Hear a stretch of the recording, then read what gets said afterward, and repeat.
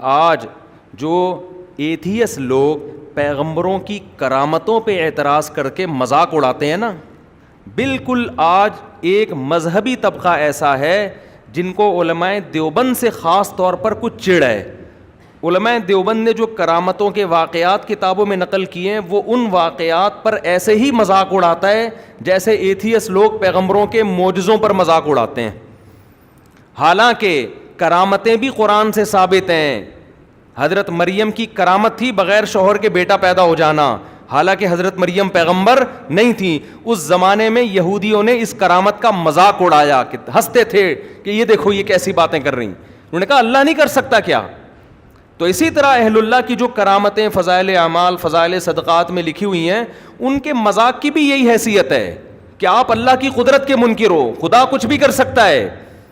ہاں، فرق یہ ہے کہ اس کا ثبوت مستند دلیل سے ہونا چاہیے۔ وہ کرامت جو نقل کرنے والا ہے وہ کون ہونا چاہیے؟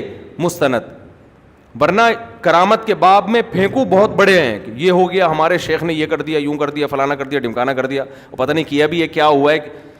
تو یہ دو انتہائیں ہیں جس میں لوگ گمراہ ہو رہے ہیں۔ ایک انتہا لبرلزم کی، سب چیزوں کا انکار کر دو، اور ایک انتہا یہ کہ آپ نے کرامتوں کا انکار کرنا شروع کر دیا، اور ایک انتہا یہ بھی ہے کہ ہر کرامت بزرگوں کے کھاتے میں ڈال دی ہے اور کوئی مستند ذریعے سے پہنچی نہیں ہوتی، اور وہ اوٹ پٹانگ باتیں اہل اللہ کی طرف منسوب کرتے ہیں، تو یہ بھی ناجائز ہے۔